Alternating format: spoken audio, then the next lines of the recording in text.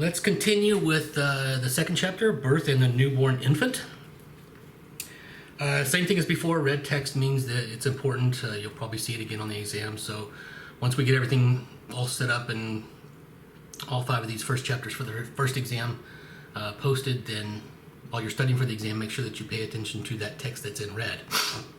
I'm going to upload several videos today.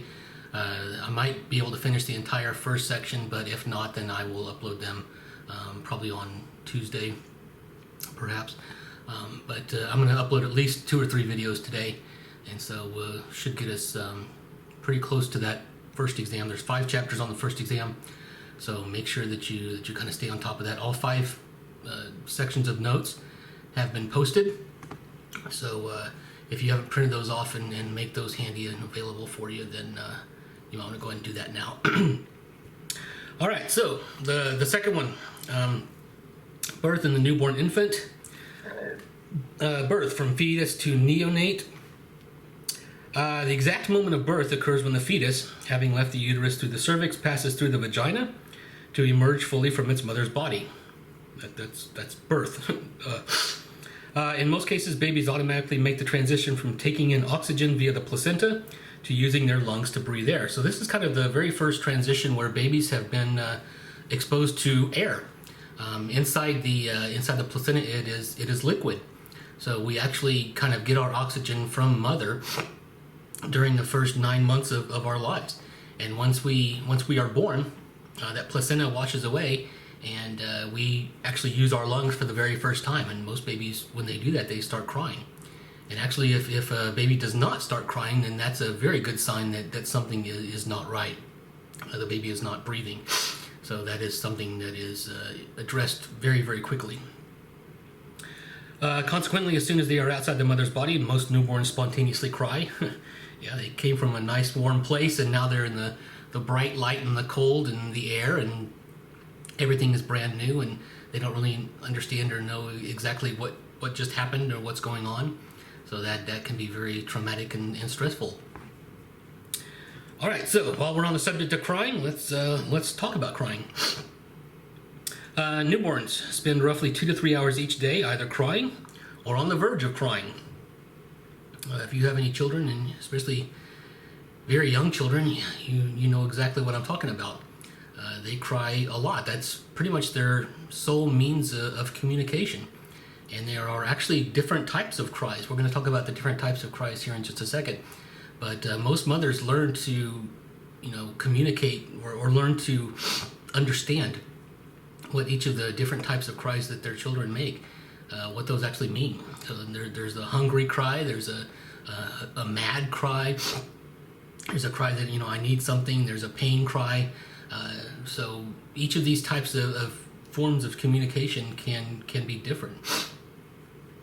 If you spent even a passing amount of time around newborns, you may think that all crying is pretty much the same. Of course, it's not. However, scientists and parents can identify 3 distinct types of cries: your basic cry, your mad cry, and your pain cry. A basic cry starts softly and then gradually becomes much more intense. It usually occurs when the baby is hungry or tired. This is the cry that signals some form of need. This is the I want something cry. It usually, again, kind of starts off as a very mild notification, and if the parent or the caretaker ignores that, then the baby continues to amp up the urgency until that need is met. And so a lot of parents might be faced with a crying, screaming child and have absolutely no idea what he or she wants, and so they'll be screaming and crying and crying and crying. And parents, are sitting there distraught trying to figure out what it is that the baby's trying to tell them. So if the child is continuously, until he or she gets what he wants, then the child will continue to cry and continue to amp up the intensity until the parents eventually figure out and hit on the right thing and give the child what they want. A mad cry, the second type, is a much more intense version of a basic cry. You'll probably get this if you ignore the quote-unquote gentler basic cry. So if it continues to go on and the baby's needs are not met, then he will, kind of take it up a notch and let you know. This is where the screaming usually comes in, and a baby can cry itself to exhaustion if you continue to not meet its needs, and the child will take that with them, and that will create a whole nother host of problems later on. We'll get into that I think in another chapter, but pay attention to your children. There are a lot of people who neglect their children and will either give them exactly what they need when they need it, and almost kind of spoil the child. We'll talk about that a little bit later as well. But there's kind of a little game. You don't want to give them too much, and you don't want to ignore them completely. You don't want to make them completely, learn that is the proper way to get what they want, is to start throwing fits in the middle of Walmart. But also, you don't want to teach the child that he or she can't count on anyone but themselves in order to meet their basic needs. So again, a lot of parents, especially with firstborn children, kind of have to learn the ropes and learn, what it takes to how best to address these types of things, because there's no handbook, there's no manual, and a lot of parents, especially first-time parents, are kind of thrust in the deep end, and they have really no idea exactly what they're doing, and so they have to kind of learn as they go along. And some children are more patient and better teachers than others. And finally, we have the pain cry. This begins with a long, sudden burst of crying, followed by a long pause and then gasping. The child has essentially run out of air. So this is something that needs to be addressed very, very quickly. The child will scream and scream and scream until he basically chokes himself and starts gasping for air. So this is something that, something is terribly wrong if you get this, and you need to run, because the child is very, very, something is very bad has happened, and this is something that needs to be addressed very, very quickly. This cry is intense and should be attended to immediately, because again, something may be very wrong. You usually won't get this type of cry unless it's something very, very dire, something very, very problematic, something that needs to be addressed. And again, this is kind of an evolutionary mechanism that children come pre-hardwired to do this, to be able to alert their parents when something is not right and needs to be fixed now. So do you think it's wise to respond immediately every single time your infant cries for help? This is kind of a debate that's been going on in parenting and psychology for quite a while now. Again, the whole adage of, should you run and save your child every single time he or she gets into trouble? Well, I mean, that can have both negatives and positives. You kind of have to, you don't want to run and protect the child from every little possible thing that could go wrong.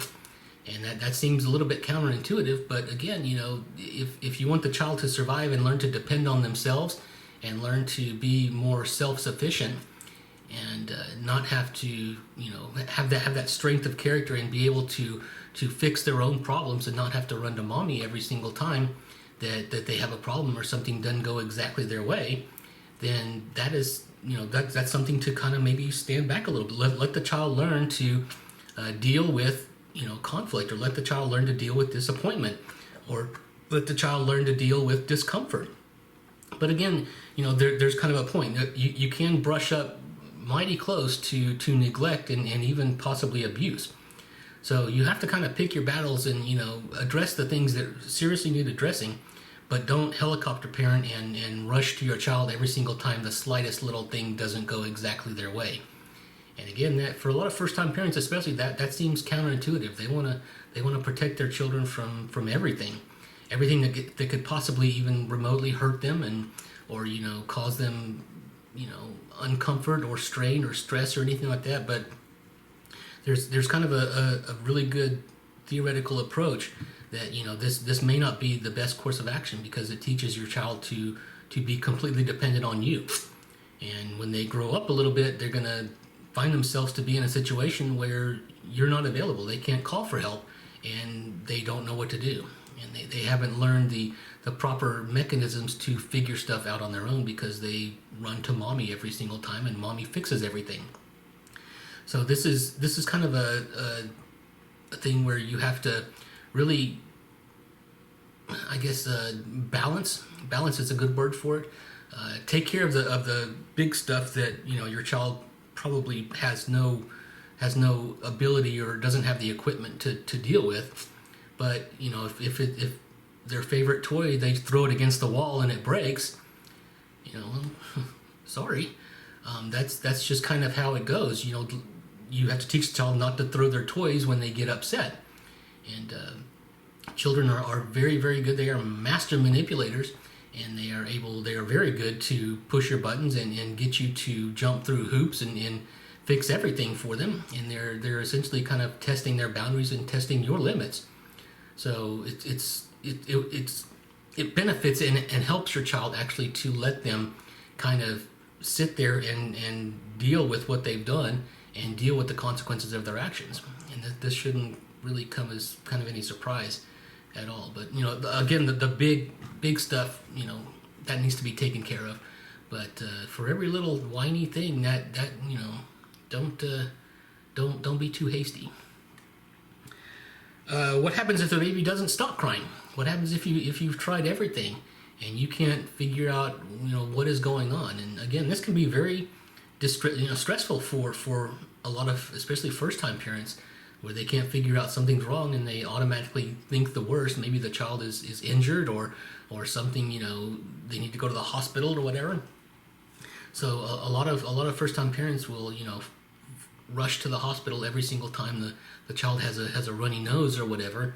But again, this is the child kind of needs to learn that not everything is the end of the world, and that needs to really start kind of early before these bad habits really take root and become a permanent part of their psyche and their makeup. There are many techniques to help soothe the fussy baby, including lifting the baby to the shoulder and walking around, rocking the baby, singing lullabies, patting the baby's back, or even going for a sometimes lengthy drive in the car. They tend to be soothed a lot by motion. So the motion of the car and the sound, the humming of the tires on the road, that tends to work for a lot of babies.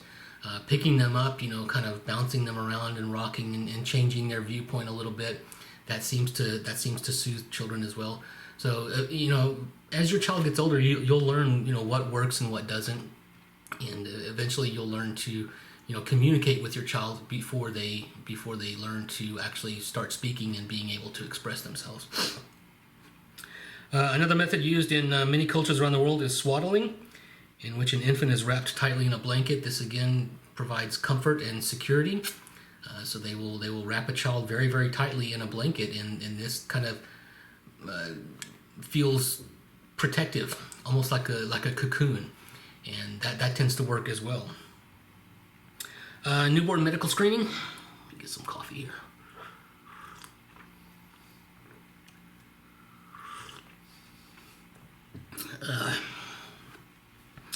Most newborns come pretty well equipped to handle and begin interacting with their world.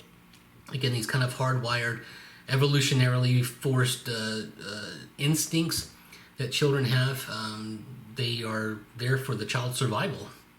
So most of the stuff that they need to live and function on their own, to feed themselves and things like that, are hardwired, kind of out of the chute, so to speak.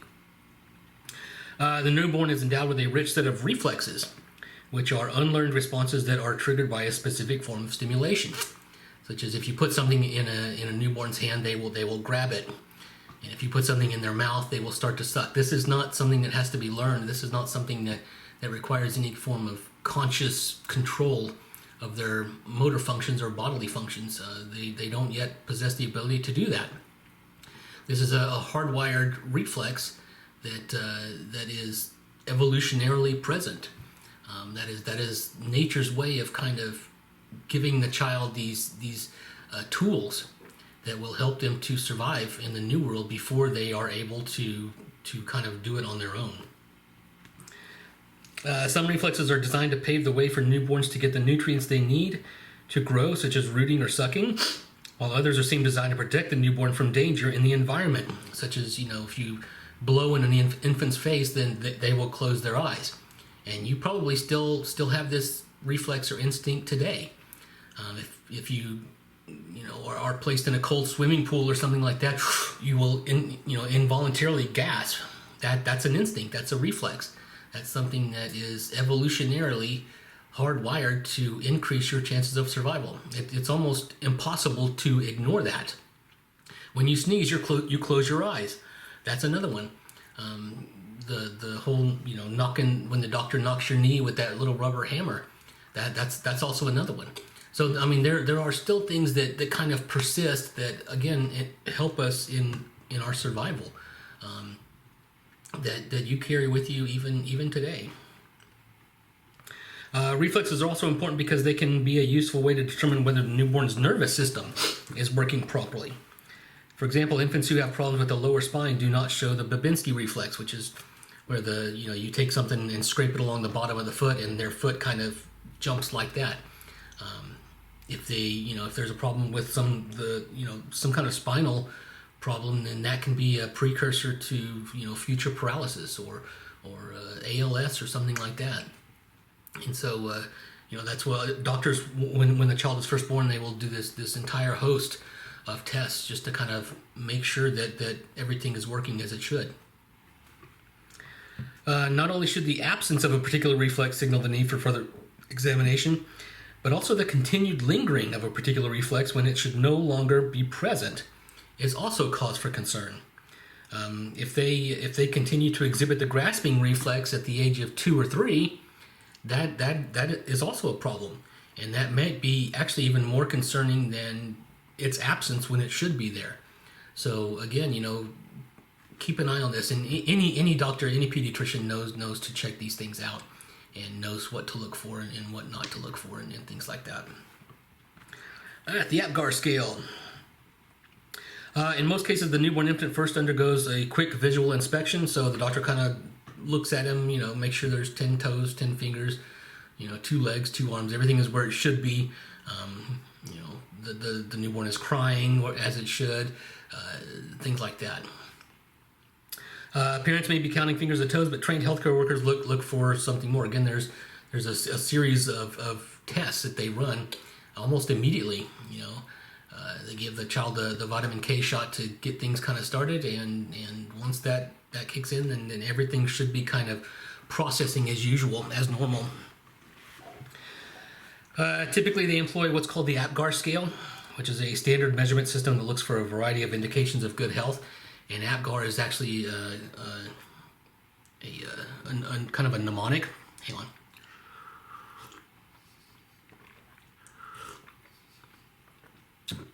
Where each letter means a different part of the test. The scale directs attention to 5 basic qualities: appearance or color. Is the baby blue? Is the baby the color that it's supposed to be? That's the A. The P is they check for the pulse, the heart rate, make sure it's present, make sure that it's not too slow or too fast. They look at the grimace, the different reflexes. So they will, they'll touch the side of the cheek, and the infant should turn its head, things like that. And then they look for activity. They make sure that they're able to move their arms and their legs, and they'll stretch them out, and they'll make sure that they can pull them back in and things like that. And then they check respiration. They check their respiratory effort. How are they able to breathe in on their own? Are they able to take in air? Again, once that first initial burst of transitioning from inside the womb to outside, where they have to start breathing on their own. They kind of need to be able to do that.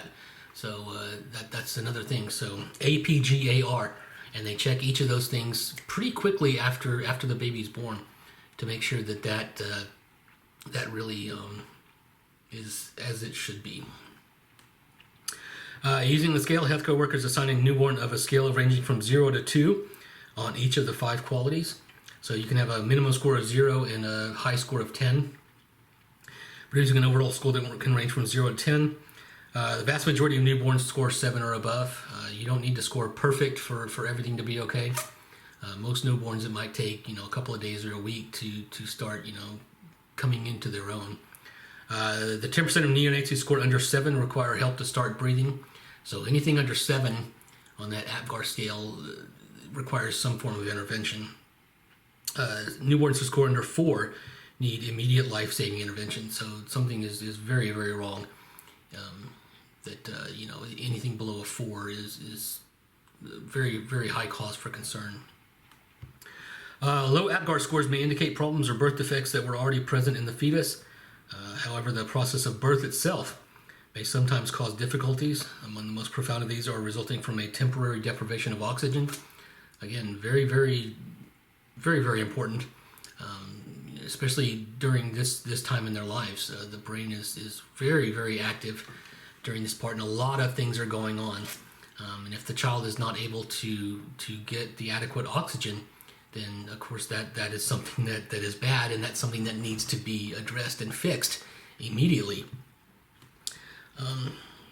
At various junctures during labor, the fetus may lack sufficient oxygen for a number of reasons, such as the umbilical cord being wrapped around the neck of the fetus, or the cord being pinched during a prolonged contraction, thereby cutting off the supply of oxygen that flows through it.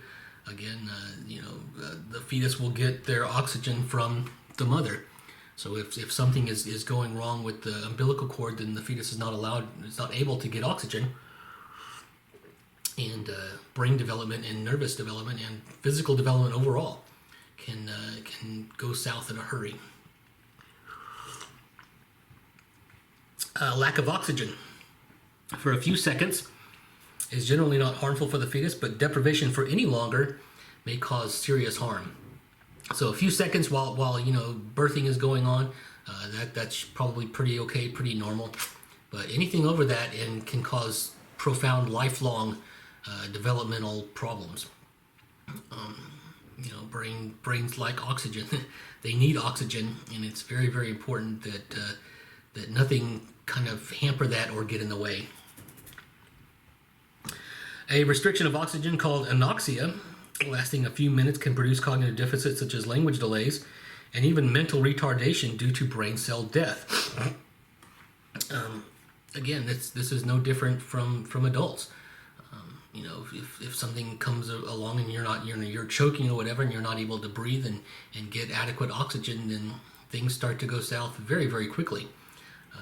Babies are, of course, no different. Matter of fact, they probably actually need more. Because again, so many things are happening and growing and being created and things like that everything needs to work as flawlessly as it's able to. Let's see here. All right, sensory capabilities, experiencing the world. So kind of how our senses, how we use our senses to learn about the world around us and learn our environment. Sensation is the process of receiving stimulus energies from the external environment. So using your senses to gain information about the world, about your immediate environment. This is the photons of light actually hitting your retina, and your retina kind of converting that into an electrical signal, and it traveling up the neuron, the optical nerve, into the back of the brain where it could be processed. That's all sensation. The chemical reactions that take place when you put a bite of banana pudding in your mouth that enables you to be able to taste that and sense that it is good, that it is clean, that it is not rotten or anything that might be bad for your health. These types of things are very, very geared and very, very engineered to increase your ability to survive. So we need our senses. You can kind of make up for a deficit of one, or even sometimes in extreme cases you can recover from 2. But if you lose more than that, it's going to be a very, very difficult road to hoe for you. We depend on our senses to again figure out information in the world, the ability to detect potential threats in our environment that would need to be responded to. If you're walking in the jungle and you hear a rustling in the bushes, then that's something that probably should be addressed. That could be a tiger or something else. But if you're not able to hear that, then that would again decrease your ability to survive. If you're not able to hear and address potentially life-threatening cues in your environment, then those people tend not to last as long. And then we have perception. Sensation and perception are not the same thing. That's kind of a common misunderstanding. But sensation is actually taking the raw data from the environment, and the perception is the process of kind of interpreting what that might mean, assigning meaning to the raw data, if you will. So sensation is gathering the raw data, and perception is the analysis and the interpretation of that data and deciding on a proper course of action. So formally defined, perception is the process of organizing and interpreting sensory information to give it meaning. The brain gives meaning to sensation through perception. Otherwise, it's just a cacophony of stimulus inputs that mean absolutely nothing. So perception would be, figuring out that rustling in the bushes might in fact be a bear or something else, and that needs to be attended to, and that will immediately draw your attention over to whatever that is. And once you figure out that it's safe, or it's just a squirrel or whatever, then you can go back to what you're doing. But that's an almost involuntary, immediate response. If you're sitting in a restaurant or whatever and you're enjoying a nice meal, and somewhere across the room the waiter drops their tray of glasses and it creates a loud shattering bang, that will immediately draw everyone in the restaurant's attention, because again, that could be a potential signal for something threatening. And so everyone, you stop what you're doing and you attend to that, and you attend to that immediately, and you attend to that involuntarily. It's almost, again, it's that kind of that hardwired reflex that's almost impossible to ignore or overcome. So everyone just kind of stops, and you immediately draw your attention over to that to assess very, very quickly whether that is a potential threat or something that you need to be afraid of or scared or defend yourself. And your fight or flight response might kick in. You might kind of gasp like that. It might startle you. All of these things are designed to increase your ability to survive, increase your ability to perceive threats and determine whether or not this is something that needs to be addressed and dealt with, or whether it's something that's harmless that you can go back to what you were doing. From an evolutionary perspective, the purpose of sensation and perception is adaptation that improves a species' chances for survival. This is just kind of what we were just talking about. Each species is exquisitely adapted to the environment and habitat in which it evolved. Most predatory species, if you are a lion on the Serengeti and you are, your main survival, your main food gathering resource is being able to, chase the gazelle that's running in front of you, most of their eyes are going to be kind of more forward focused, because that's where they need a lot of their perceptual energy to be able to track and hunt and sneak up on prey and be able to run after them. But if you are the gazelle, then it would be in your best interest to have the widest possible field of view so that you can better assess your immediate environment, and you're able to see or detect that lion that's sneaking up on you from the side. And so a lot of deer and gazelles and things like that, their eyes will be more on the sides of their head. This increases their peripheral vision, and they're able to see a much wider range of their environment, and be able to perceive the lion coming up from the side or whatever. That if you're the lion, you really don't have much to worry about, and you want to be able to focus immediately on following that person. So a lot of your focal attention needs to be straight directly ahead. Most of the time, the sensory receptor cells in our bodies are very selective and particular. They are specialized to absorb a very particular type of energy. These sensory cells they do one thing, and they do it very, very well. Most of us don't hear too well with our tongues. Most of us don't see very well with our noses. The eyes are what needs to be able to see. The nose is what needs to be able to smell. The tongue is what needs to be able to taste. The receptors on at the end of our fingertips and things like that are very, very sensitive to touch. And this again helps us be able to quickly and easily determine the things that are going on in our environment. And we use cues from multiple senses to be able to assess that even faster. So you might use your eyes to look around, especially if you hear something, then everything stops, and you kind of you're at a heightened level of awareness, and you're using your ears and your eyes and everything else, and you just kind of freeze so that you can more readily concentrate on your environment and what's going on around you. And that this again is all engineered and geared towards your survival, your ability to be able to quickly and easily assess exactly what's going on, so that you know if something is dangerous and needs to be attended to so that you can continue to survive. Some individuals, however, have developed something called synesthesia, in which one sense induces an experience in another sense. These people can taste music, and they can see sound. They can hear smells or whatever. There's a channel on YouTube, I think, where a person with synesthesia will tell you what your name tastes like. I can't remember the address, but so they that person is able to taste sounds. So if you your name is Rebecca, then that might taste like licorice, or something like that. Jennifer might taste like strawberry. But these types of the input signals kind of get overlapped and mixed up, and they're able to process some forms of sensory input. That was a loud noise. Some forms of sensory input simultaneously across different input channels. So not only can they see, or not only can they hear music, but they're also able to see it. And I've heard it's described as the notes and everything kind of dancing along right in their field of vision.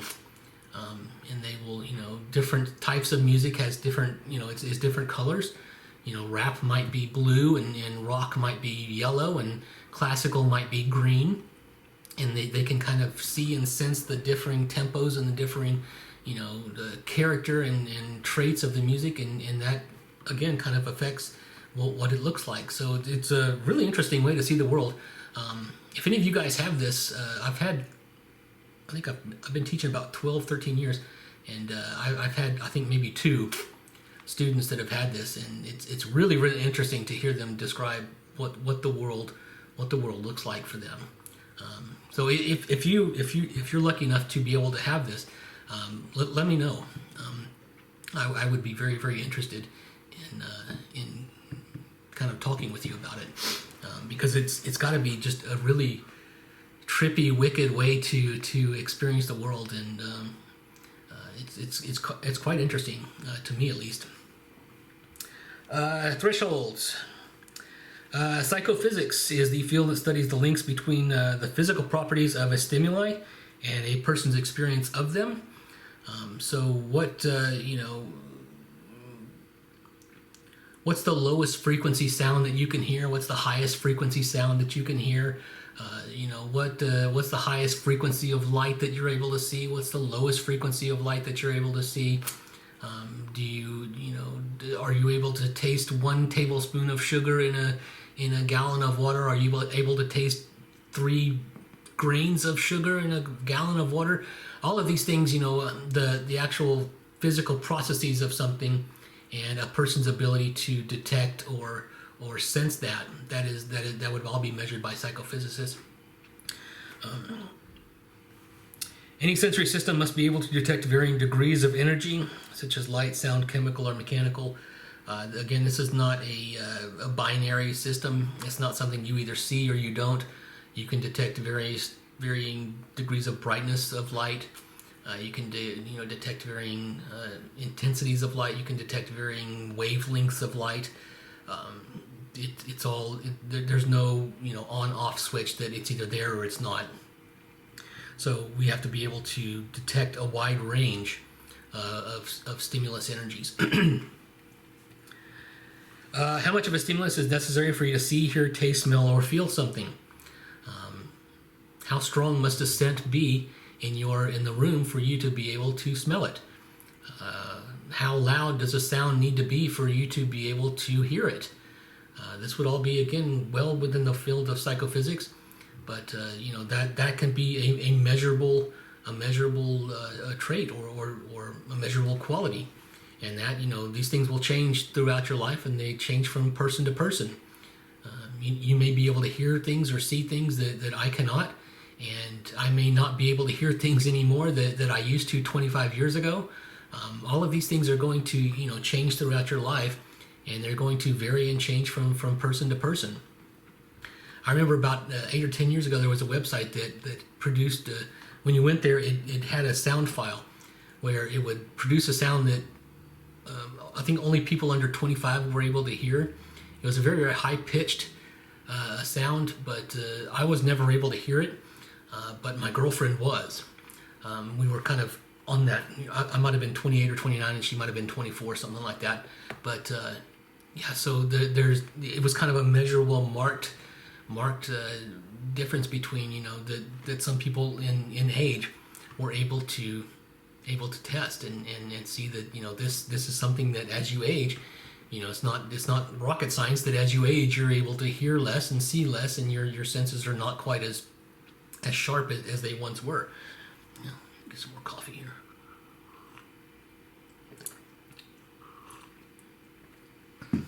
Man, that's good. This is actually called your absolute threshold, and this is the minimum amount of stimulus energy that a person can detect. So if I have speakers up at the front of the room and I start the volume at 0, and I put you in a chair in the middle of the room, and I continue to increase the volume of the speakers slowly, and let you tell me exactly when you first hear anything, that would be your absolute threshold. If I take a light bulb and I'm able to gradually increase the intensity of that light, and you tell me exactly when you first see it, that is your absolute threshold. And we have absolute thresholds for everything. Can you taste 1 grain of salt dissolved in a gallon of water? Probably not. But if you increase that to 5 grains, 10 grains, half a cup, whatever that level is, that is your absolute threshold, and we have it for all of our senses. And that again can be measured and studied, and again can be compared with not only other people, but also yourself at varying degrees or stages of your life.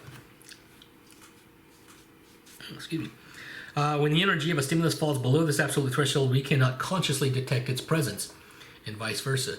So just because something is below your absolute threshold and you're not aware of it consciously does not mean that your brain is not processing that.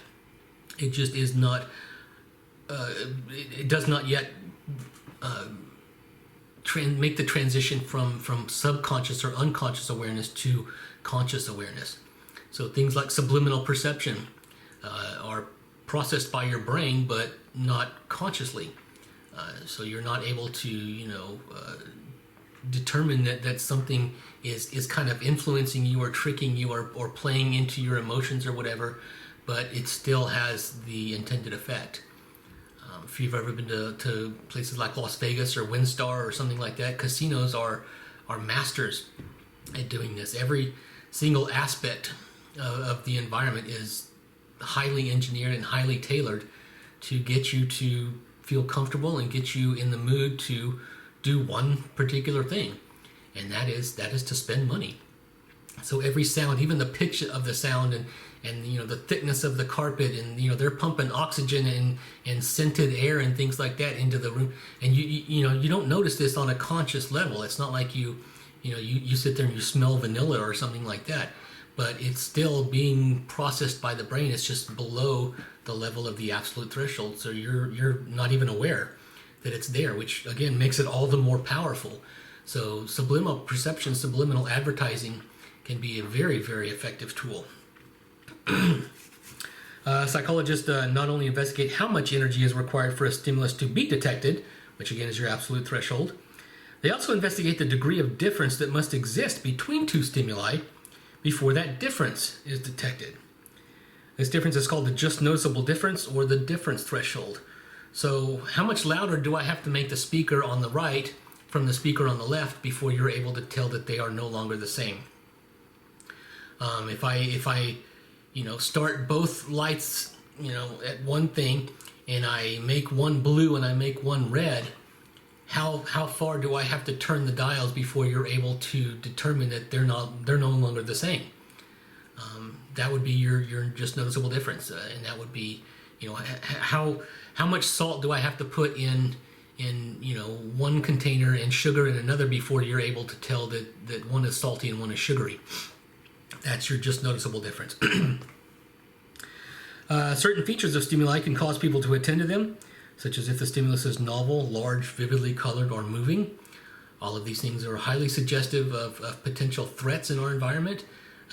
We kind of talked about, we are very, very in tune to threatening stimuli and sexual stimuli.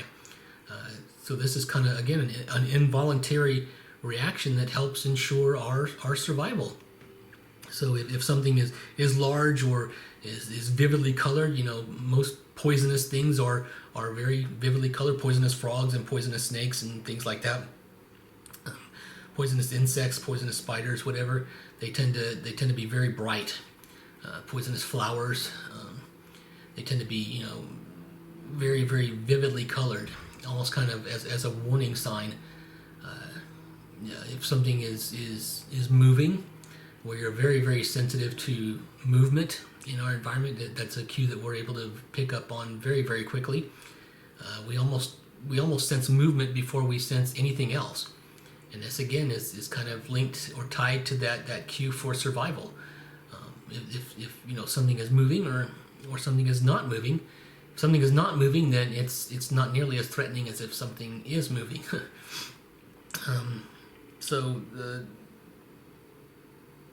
If things change, also in our environment, if something new happens, or something something drastically different occurs, if the waiter drops the tray of glasses, that's something that has changed in your environment. That is a new addition, and it's a very, very immediate new addition, and so those things become very, very highly tuned and focused on by everyone in the environment. What about a newborn census? It is tricky, to say the least, to pinpoint the specific sensory skills of newborns who lack the ability to explain what they are experiencing. You can't ask a newborn, do you see the light? Do you hear the sound? But there are cues, there are ways that we are able to assess and determine what the newborn is experiencing. What do they prefer the color red over the color blue? Do they like loud sounds? Almost all children do not. Pleasing sounds, soothing sounds, lullabies, things like that. They tend to prefer. But we're able to kind of test a newborn's sensory capabilities, whether or not they can hear at all. Things like that. But we may have some answers to the question of what newborns are capable of seeing, and for that matter, questions about their other sensory capabilities as well. For instance, neonates pay closest attention to portions of scenes in their field of vision that are highest in information, such as objects that contrast sharply with the rest of the environment. Things that stand out will draw their attention.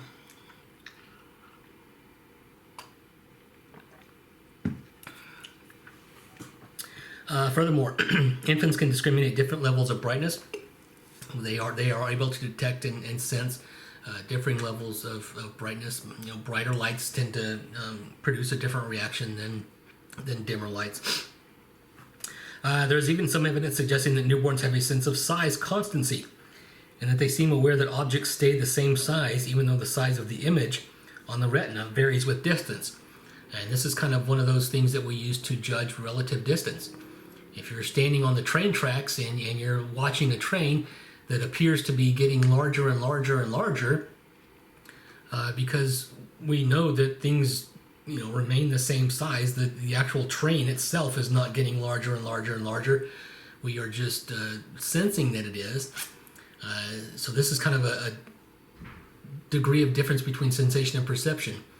You are actually sensing that the train is getting larger and larger and larger, but what you are perceiving is that the train is getting closer and closer and closer.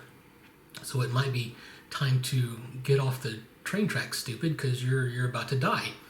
So we what you sense is not always what you perceive, and our brains are very, very good at making sense out of stimuli in our environment that can be cues, especially linked to our survival.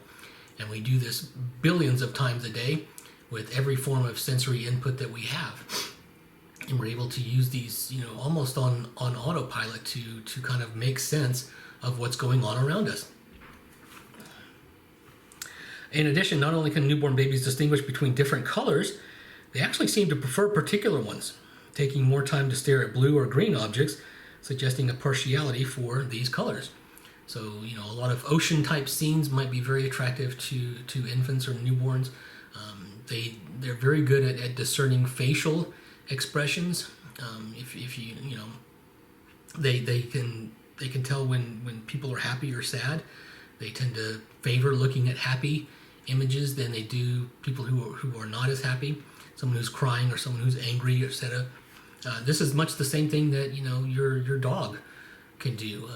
Dogs are able to sense the inflections in the tone of voice, and they look at your facial features, and they're able to infer from previous experience, if from nothing else, that you are happy or pleased with them, or a reward is coming, or you're angry with them. And that's how a dog learns how to behave, based on cues from their owners. Newborns are also clearly capable of hearing. They react to certain kinds of sounds, showing startle reactions to loud, sudden noises, and exhibit familiarity with certain sounds, such as their mother's voice. If a newborn hears another baby crying, they will start to cry as well. That's pretty amazing and interesting if you kind of think about it, that they're able to learn cues from others like them in order to kind of adapt to their environment. If one child is crying, then the newborn might be able to discern that something is not right, and they will start to cry as well. And this can carry over into things like infectious laughter, where if someone at the table or whatever starts laughing, then pretty soon everyone starts to laugh. And we kind of find that it's able to kind of pass from one to the other.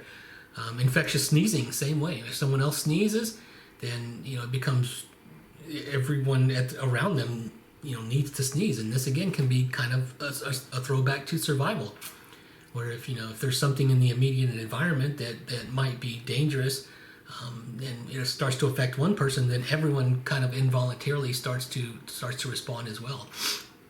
And that can help increase or aid with their survival. The other senses of the newborn also function quite adequately. It's obvious that they are very sensitive to touch. They're able to feel heat. They're able to feel pleasurable sensations. They'd much rather be rubbed on the back than spanked on the bottom, for example. Most newborn senses are pretty good. They don't really see very well, but they're definitely really, really hardwired to be able to respond and process information again from the immediate environment. Excuse me. Their sense of taste and smell are also very well developed. For example, newborns suck and increase other physical activity when the odor of peppermint is placed near their nose. That's pretty interesting as well. They also pucker their lips when a sour taste is placed on them. If you've never watched videos of newborns eating lemons, you are missing some of the best in life. It's hilarious. They're able to distinguish again between pleasant and sour taste or bitter taste. So their senses are pretty highly functioning. The evidence also clearly suggests that the senses of touch, smell, and taste are not only present at birth, but are pretty sophisticated. They tend to have preferences for smells over others, preferences for different tastes over others. They tend to prefer their mother's voice to a stranger's, things like that. What is that noise? It's like banging outside my door.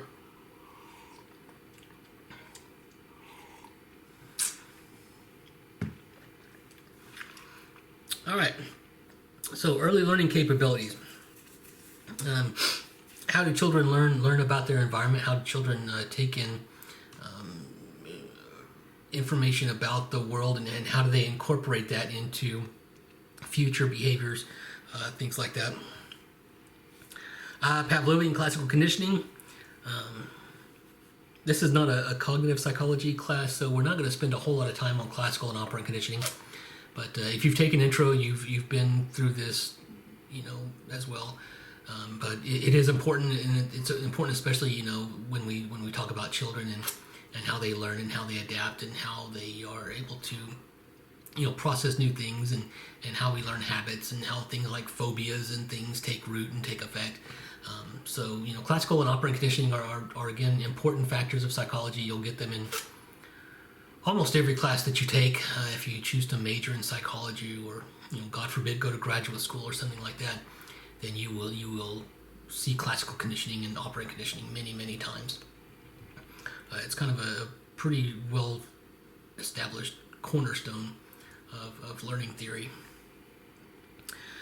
Okay, classical conditioning. In the process of classical conditioning, a formerly neutral stimulus called the conditioned stimulus gains the ability to elicit a response called the conditioned response because it has been paired with some other stimulus, the unconditioned stimulus, that reliably elicited that response, the unconditioned response, in the past. Okay, that's a word salad. It doesn't really mean a whole lot in that context, but let's kind of go over an example, and it'll make a little bit more sense here pretty soon. So, when I was a child, the carpet in my bedroom was orange. So in that bedroom, I got a spanking. I did something bad, I don't remember, and I got a spanking, and I started crying. So now every single time I walk into a room with orange carpet, I start crying. That's classical conditioning. It's not true. I don't really start crying, but that's just an example. So classical conditioning in its purest form involves the pairing or the association of two stimuli to produce a response. You learn that one stimuli represents or is kind of indoctrinated into another, and then that new thing begins to elicit the response. So when you're presented with an instance of classical conditioning where you have to come up with one on your own, hint, you're going to have four different variables. You've got the unconditioned stimulus, the unconditioned response, the conditioned stimulus, and the conditioned response. Anytime you see the word unconditioned, that means that there is no learning, there is no pairing, there is no association that is needed. That is kind of pre-learning, if you will. If you see the word conditioned, that means that it requires some form of pairing, some form of association with the unconditioned part in order to produce a response. Okay, just bear with me, stick with me. This will make a lot more sense here in just a second. So, if you have an unconditioned stimulus, unconditioned does not require any learning or association, and that is something that normally produces the response. So write all this down. Okay, so the unconditioned stimulus normally produces the response. The conditioned stimulus is that thing that has to be paired with the unconditioned stimulus in order to produce the response. The conditioned stimulus would not normally produce a response on its own.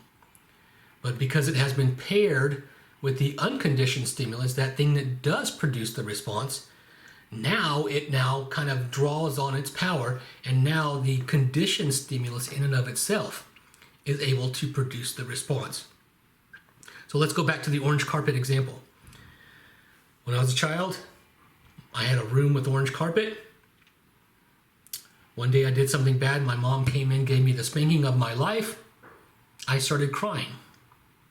Now, every time I walk into a room with orange carpet, I start crying. So, when you're breaking these things down, the two responses, the unconditioned response and the conditioned response, are,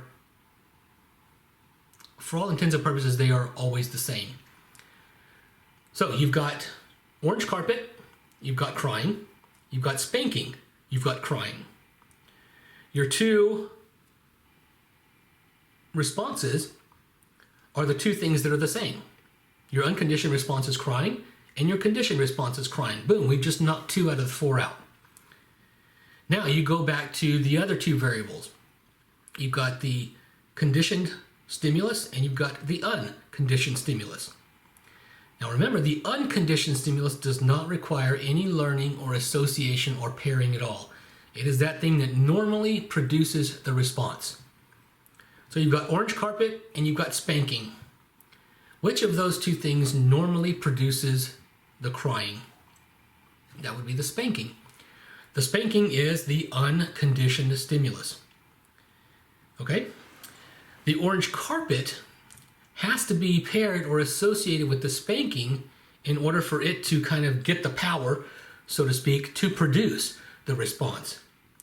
So if the orange carpet was not paired with the spanking, it would not produce the response. It doesn't matter, how long you sit there and think about it. These two things have absolutely nothing to do with each other, but if they are combined and they are paired together, now this thing that normally had absolutely nothing to do with the response automatically gains the ability to produce it. So you've probably heard of Pavlov's dogs. This will be another example. Every time Pavlov walked into the room with the dog food, he would start to ring a bell. Okay, the dogs he had a little bell over the door of the lab, let's say, and every time he opened that door to come in and feed them, the little bell would ring, and the dogs learned to associate that bell with feeding time. So the dogs had associated the bell with Pavlov coming in to be able to feed them, and so they would start salivating at the sound of the bell. Because normally that thing that, the food would be that thing that normally produces the salivation when they got fed, when the food was put in their bowls or whatever. But they learned to associate this door opening and ringing the bell with getting the getting of food. And so every time Pavlov came in, he would feed them, and he never came in when he didn't feed them. So every time the dogs heard the bell, they knew that food was going to come, and so they would start to salivate at the sound of a bell. Now, most dogs, if you ring a bell without pairing it with the food, they do not produce that response. They do not. A bell means absolutely nothing. But once they start to pair it, and once they start to associate and learn that every time they hear the bell, that's a signal that means that feeding time is coming, or whatever. And so they will start to salivate in anticipation of that. You can take this, to and apply it to almost anything. I don't know. Try and come up with some kind of instance or objective of classical conditioning, and see if you can identify all 4 parts: the unconditioned stimulus, the unconditioned response, the conditioned stimulus, and the conditioned response. And you'll need to do that on your exam, but make sure that you understand that.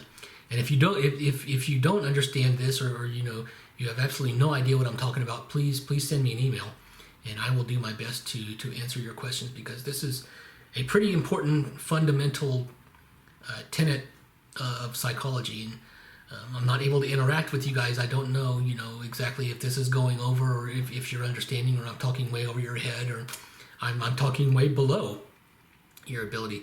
So just kind of let me know if this is something that we need to address further, and I will do my best to do that. So that's classical conditioning. Although the conditioned response reliably follows the conditioned stimulus, after repeated pairings of the conditioned stimulus with the unconditioned stimulus, after a while something called extinction occurs, whereby the conditioned stimulus fails to reliably produce a conditioned response. So going back to the orange carpet and the crying,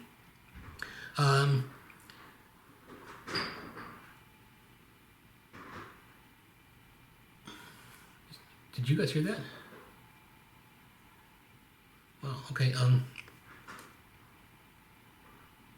Going back to the orange carpet example,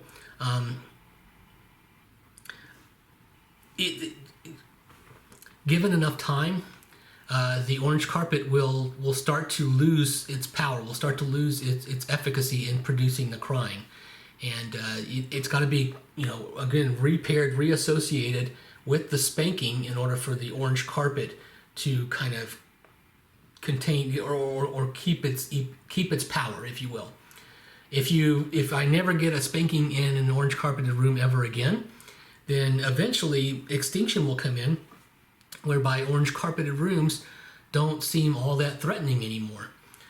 And I eventually kind of learned, that orange carpeted rooms may not be very bad, and I start to kind of even counter condition or learn to associate that the relief that might come from not getting a spanking in an orange carpet. You can take this in many different directions, but if you kind of understand the core concept, the core tenets of those four different parts, different signals, different categories within classical conditioning, then you can kind of apply it to a wide range of instances. And a lot of phobias and things like that might stem from classical conditioning, where you learn to pair or associate a clown with maybe a scary movie that you saw, It or whatever, and now clowns are scary when before they weren't.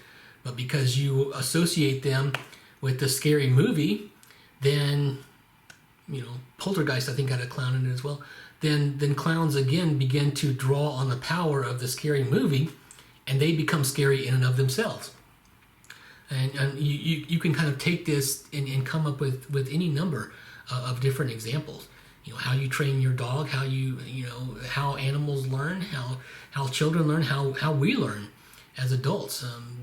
We do classical conditioning, many times a day, and you learn to associate, different environments with different pleasurable or unpleasant stimuli. Your favorite restaurant. You might have had a very good meal there one day, and now every time you drive by it, you start to get hungry. That's classical conditioning, whereby before, that section of road had no meaning for you or produced no response whatsoever. But now that you've associated it with its proximity to the restaurant that you like so much, now it's able to produce the same response.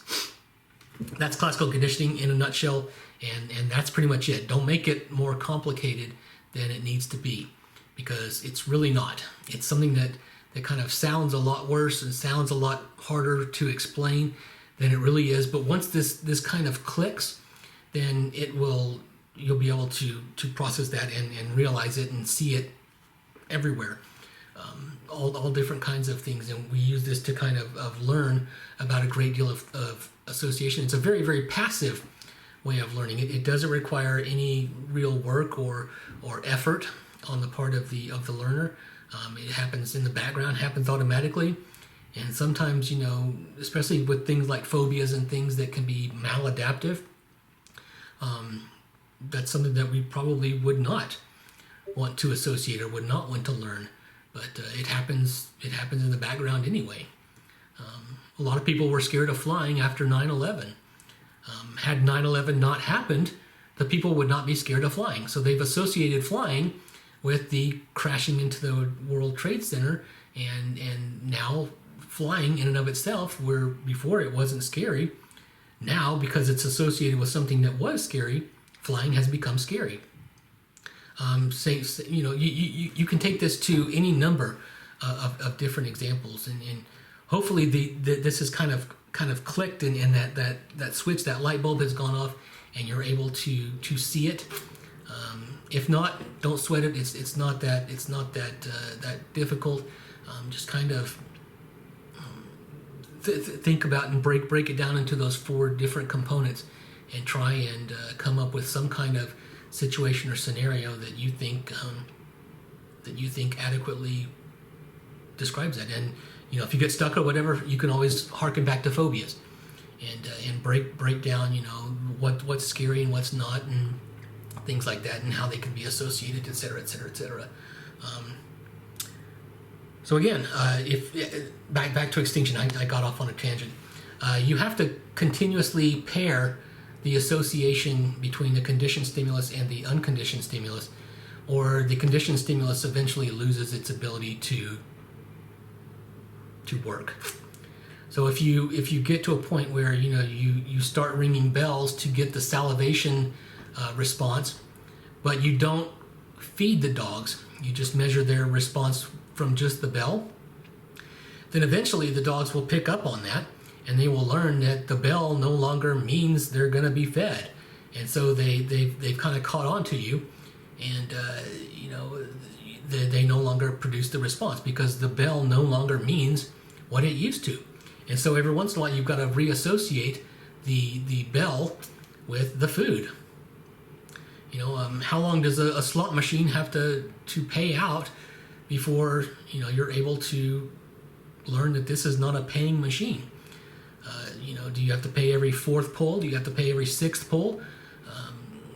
What are the odds of winning on blackjack? That the minimum bet, whatever, et cetera, et cetera, et cetera. This can go on for any number of things. Classical conditioning is widespread in our environment.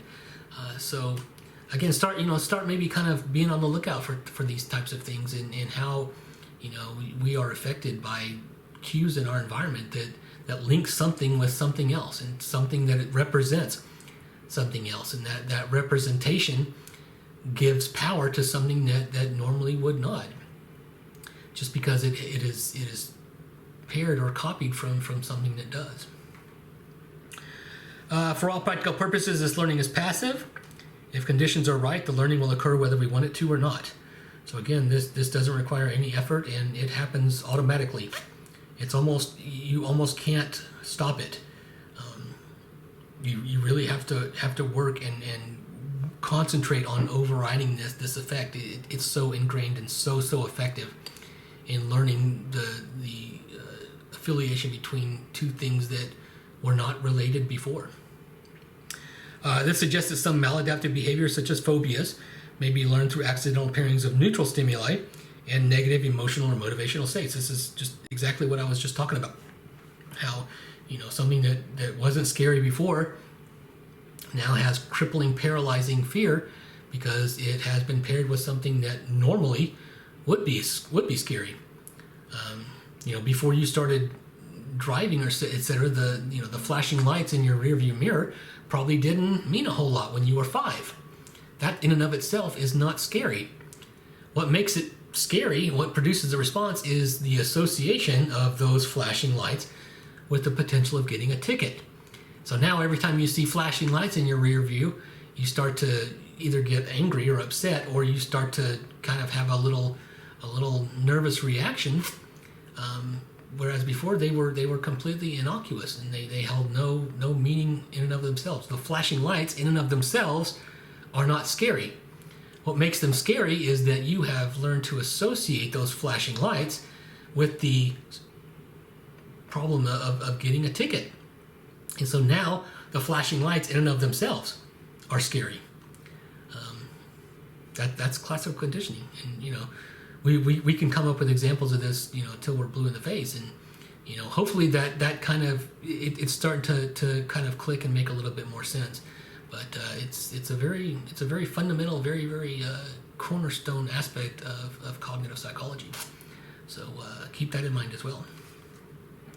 All right, so that was classical conditioning. Now kind of pinch that off in your mind and move it to the side. We're going to talk a little bit about operant conditioning.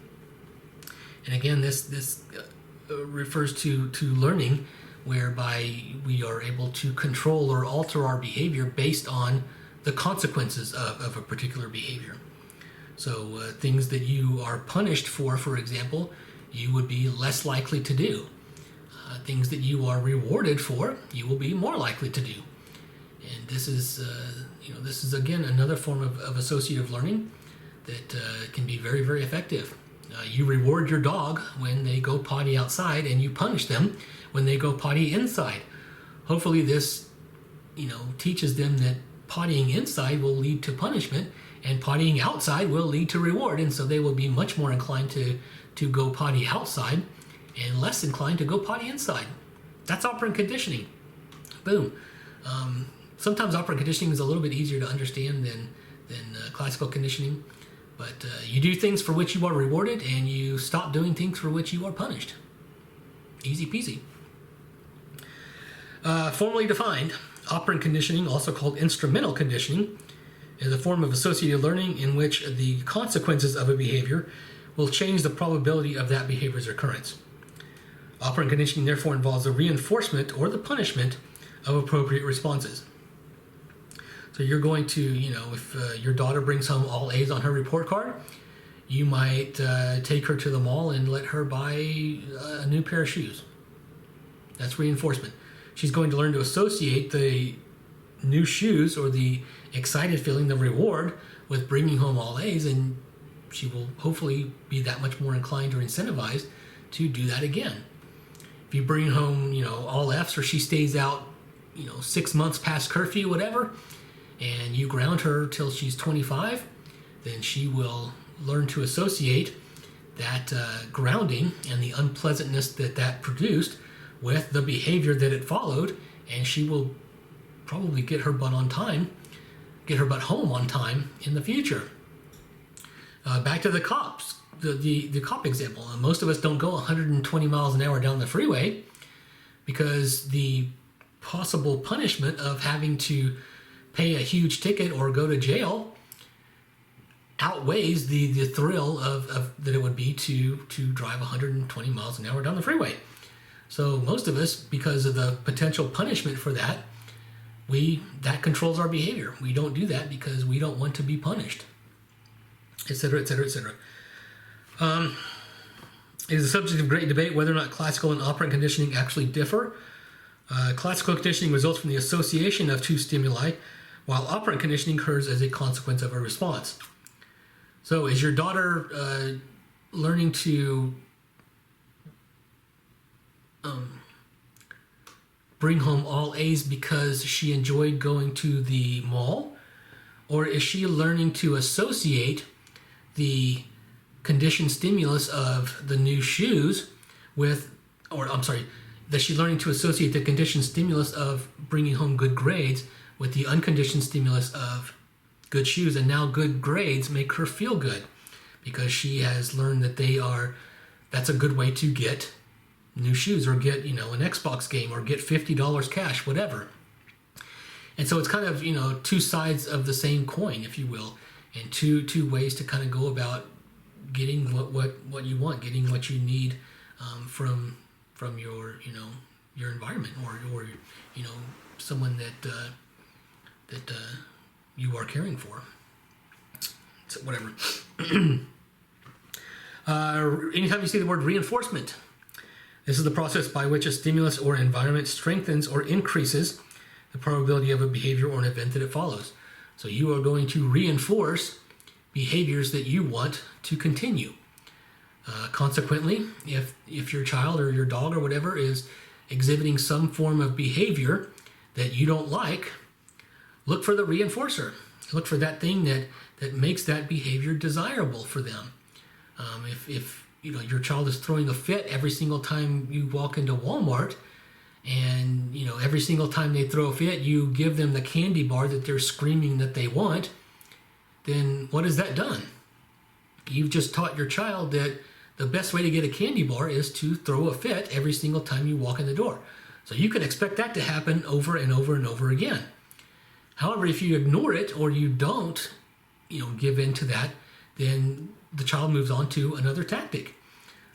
So look for, if your child starts throwing a fit every single time you walk into Walmart, look at what the reinforcer is. Look at what are they getting out of that? And remove that reinforcer for behaviors that you don't want to continue, and let nature work itself out. Eventually the child will learn that that is not a good way to get what you want, and even more likely you will get punished for it. And so that behavior will naturally extinguish itself out. But if you continue to reward him and you give the child a candy bar just to shut him up, then you are teaching the child that that is a very good way and a very quick way to get exactly what they want. And so that will reinforce that behavior, and it'll make it that much more difficult to overcome that behavior in the future. So pay attention to what the consequences of what you do with your children. Which behaviors do you reinforce? Which ones do you reward? Which behaviors do you punish? And make sure that is a very clear and very consistent message. And your child will follow along accordingly. 2 types of reinforcement. There's positive reinforcement and negative reinforcement. Don't think of positive and negative as pleasant or unpleasant. Don't think of positive and negative as good or bad. Think of positive and negative as the addition or the removal of something. So positive reinforcement, you are going to give them something that they want in order to increase the likelihood that they will do that again. Your child brings home all A's, you give them $50. That's the addition of something that they want in an effort to kind of increase the chances that they will bring home all A's again in the future. Negative reinforcement is the removal of something that is unpleasant. So if your child, is grounded for the week, but they have a big party coming up that weekend, and they want to go to that party, then maybe you make them do the dishes every single night that week. And if they do that without complaining or anything, then you will lift the grounding and let them go to the party. So you are essentially removing something that is aversive or unpleasant in an attempt to get them to repeat that behavior again in the future. The end result's the same, it's just kind of going about it from one direction or the other. And then we have punishment, and punishment is exactly what it sounds like. Punishment is a consequence of a behavior that decreases the likelihood that behavior will occur. Most of us don't like punishment, so in an effort to avoid it, we will avoid doing the behaviors that result in punishment. Your daughter stays home late past curfew, she gets grounded, she doesn't like being grounded, so she'll stop coming in late. She'll start coming in on time because she wants to avoid being grounded. Habituation. Probably the most primitive form of learning is demonstrated by the phenomenon of habituation. Habituation is the decrease in the response to a stimulus that occurs after repeated presentations of the same stimulus. So if something continues to be present and continues to be present and continues to be present, doesn't change at all, doesn't vary in intensity or anything, then eventually we learn to kind of push that back to the side signs, and this is something that doesn't need to be attended to anymore. The smells are usually very easily habituated. If you walk into a house that smells, like Indian cooking or whatever, then that eventually that hits you pretty smartly, and you're able to sense that and smell that, and it smells pretty good. But once you sit down on the couch and you start talking or whatever, then you kind of get used to the smell of Indian food or smoke or whatever, and it no longer produces that response. You may not even smell it anymore. You kind of become nose blind or used to it. That's habituation. Habituation in infants relies on the fact that when newborns are presented with a novel stimulus, they produce what's called an orienting response, in which they become quiet, attentive, and experience a slowed heart rate as they take in the novel stimulus. And we do this as well, that kind of freezing if something loud or whatever, that orienting response, the waiter drops the tray of glasses or whatever, everyone stops and turns. That's an orienting response. And that's a carryover from our evolutionary past, where that was adaptive to our survival, being able to attend to and pay attention to things in our environment that may be very threatening. And if you did that, you were able to address threats, and you consequently lived longer. If you did not do that, and you didn't pay attention to threats or sudden things in your environment, then you probably didn't last very long. That's just the way of the land. So this orienting response can be very, very, very, very effective and very, very important in our evolutionary survival. When the novelty wears off due to repeated exposure to the stimulus, the infant no longer reacts with this orienting response. If a new and different stimulus, however, is presented, the infant will once again react with another orienting response, and we do pretty much the same. If you walk into a restaurant or something and you hear music, you might be able to listen to it for a little while, but after a while, that kind of goes out to the background, and you no longer really need to pay attention to it. That's habituation. Okay, that is the second chapter. So I will get this uploaded, and I will try and do another chapter later on this evening, hopefully, and be able to get that uploaded. So be on the lookout for that. If you have any questions again over anything we've talked about, please shoot me an email. Let me know. You can send me a message on Canvas, and I will do my best to get back with you. All right. So hopefully that all made sense, and this is kind of a lengthier chapter, but hopefully I was able to explain that in a way that you were able to understand, and that all of these concepts are now very well ingrained in your memory. All right. So again, if you have any questions, shoot me an email. Let me know that you didn't understand this, or ask me to go over it again, and I will be more than happy to do that. All right. So be on the lookout for this, the next video to come up here, hopefully very, very soon, today or tomorrow at the latest. And I'll see you then. All right. There's a total of 5 videos in this first exam. So I will those videos will be up sometime this week, all 5 of them. So we're looking at probably a week from Tuesday for your first exam. That exam we will meet on campus in person. So I think we only have to meet 3 or 4 times on campus for the hybrid part.